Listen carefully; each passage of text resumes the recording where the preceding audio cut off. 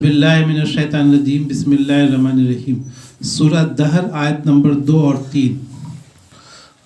इन्ना खलक़नल इंसाना मिन नुत्फ़तिन अमशाजिन नब्तलीहि फजअलनाहु समीअम बसीरा। इन्ना हदैनाहु सबीला इम्मा शाकिरन व इम्मा कफूरा। सदक़ल्लाहुल अज़ीम।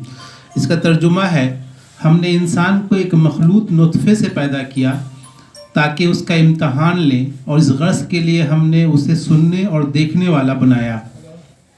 हमने उसे रास्ता दिखा दिया, खा शुक्र करने वाला बने या कुफ्र करने वाला।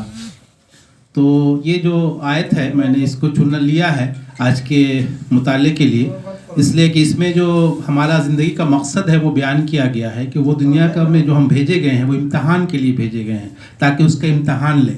तो ये दुनिया इम्तहान के लिए बेसिकली है। और इम्तहान किस चीज़ का होगा? तो इम्तहान बहुत सारी चीज़ों का होगा। वो दूसरी जगह कुरान में आया है कि वो इम्तहान क्या क्या चीज़ों का होगा। तो उसमें है कि सूरह बकरा की आयत नंबर 155 है, वला नबलुवन्नकुम बिशैइन मिनल खौफ़ि वल-जु'i व नक़्सिन मिनल अम्वालि वल अनफ़ुसि वस्समरात व बश्शिरिस साबिरीन। और हम ज़रूर तुम्हें खौफ व ख़तर, फ़ाक़ा-कशी, जानो माल के नुकसानात और आमदनियों के घाटे में मुब्तला करके तुम्हारी आजमाइश करेंगे।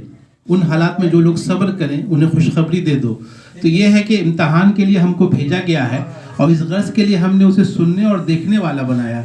यहाँ पर सुनने और देखने वाला बनाया कहने का मतलब ये है कि अल्लाह ताला ने इंसान को वो सलाहियतें दी जो इम्तहान के लिए ज़रूरी है, जो चीज़ें चाहिए उसको मौलाना मौदूदी ने तशरीह में लिखा है कि वो सिम्बॉलिक है और असल में इल्म और अक़ल की बात है कि इंसान को इल्म दिया गया और अक़ल दिया गया जिससे वो इम्तहान सही ढंग से दे सके।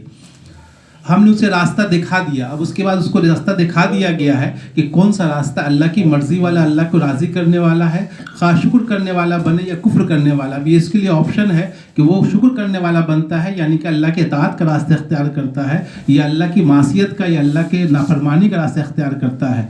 अगर वो अल्लाह के इताअत का रास्ता इख्तियार करता है तो गोया उसने शुक्र का रास्ता इख्तियार किया।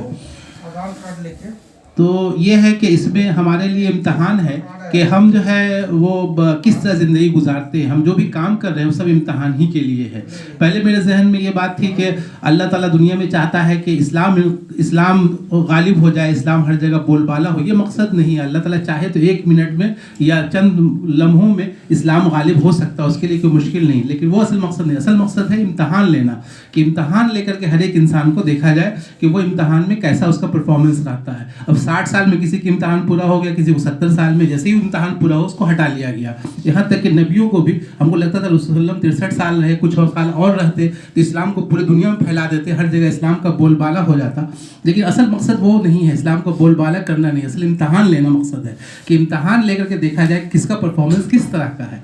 और हम लोगों ने अल्लाह से इम्तहान के लिए एग्रीमेंट किया था, उसी के बेसिस पर हमसे इम्तहान लिया जा रहा है और हम इम्तहान दे रहे हैं। हर एक काम जो हम कर रहे हैं वो सब इम्तहान ही है, चाहे वो हमारी बीवी हो, चाहे हमारे बच्चे हों, चाहे हमारा बिजनेस है, वो सब इम्तहान के पर्चे हैं जिसमें देखा जा रहा है कि आपको परफॉर्मेंस किस तरह का है। हम अल्लाह की फरमाबरदारी का रास्ता इख्तियार करते हैं या अल्लाह के नाफरमानी का, हम शुक्र करने वाला बनते हैं या कुफ्र करने वाला।